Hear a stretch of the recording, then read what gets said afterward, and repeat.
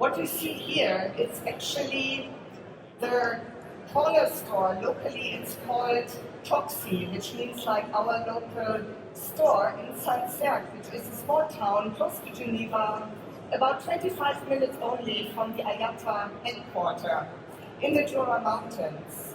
And when we moved into this town from the city center of Geneva, it actually changed completely my take on what good retailing can be. So when first arriving, it was like, welcome, you are new here.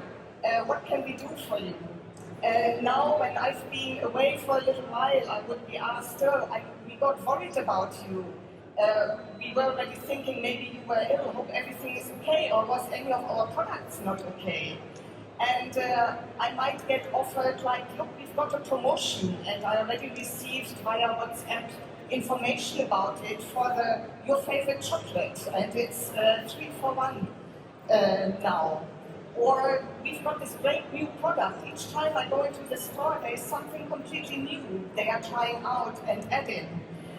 So it's kind of all the time. If I'm always rushing, arriving last minute at the store, and the shop owner is just about to close the door, he says, come in, it's still okay. And if I buy too much, and it's very heavy, he will say, we will actually get it to your home afterward, don't worry about it. So it's all easy, and at Branchspace, we think that actually replicating this into the digital world, this is what good retailing should really be about. So let's have a look at some of the trends of what current and future shoppers have as a priority. And one of the things is absolutely clear. Online shopping actually remains very strong. Globally, across markets and age groups, 58% of shopping is now happening online. Which one, any idea, which one do you think is the strongest market globally? For me, it was very surprising. It's actually Mexico, with 68% is being bought online. And if you look at what's happening in the aviation space with airlines, the average estimate is about 50% online now, with big deviations up and down dependent on region and the specific airline. And another important figure to know, 71% of shoppers, they actually do their research online. So if you are not there as a brand, you will actually miss out. What else does this mean for brands and for us here, airlines, airports, and other travel companies?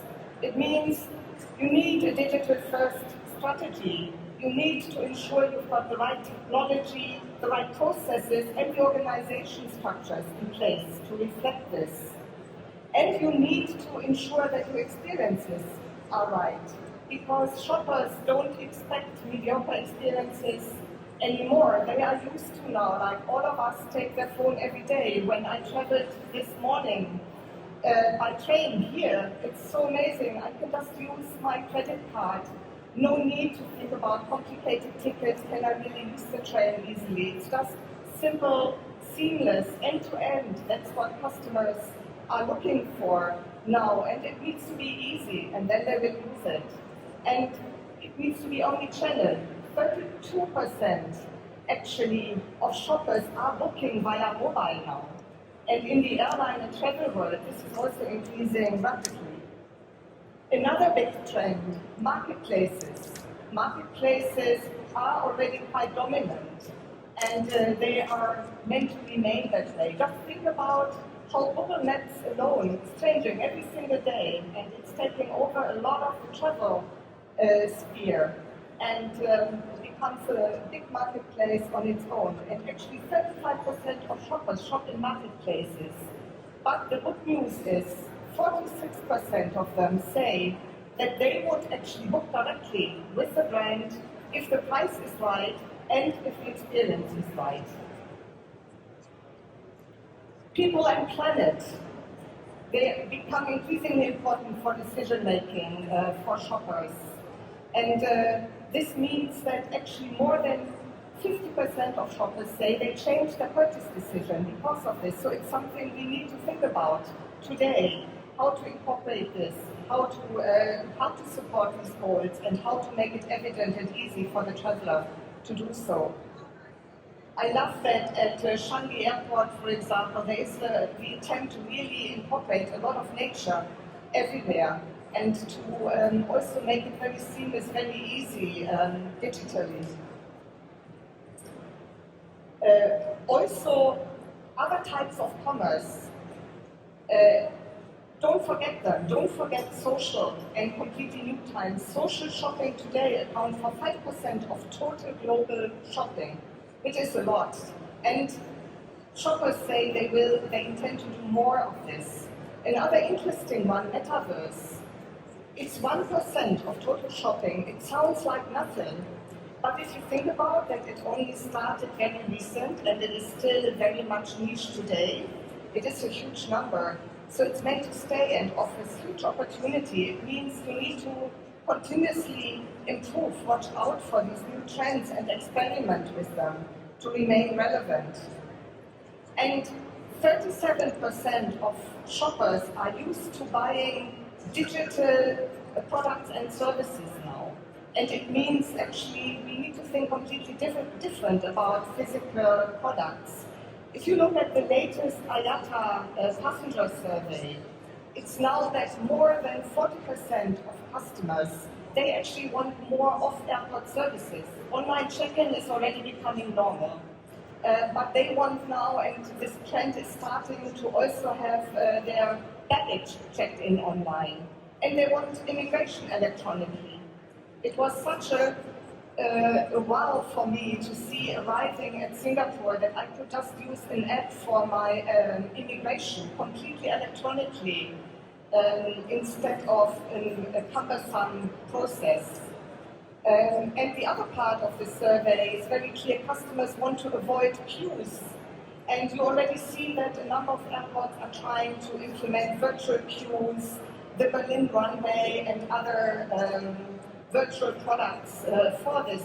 But customers want to avoid also queues at the boarding gate and queues in the jet bridge. So digital can help to do this, and we need to think about it to make it really relevant.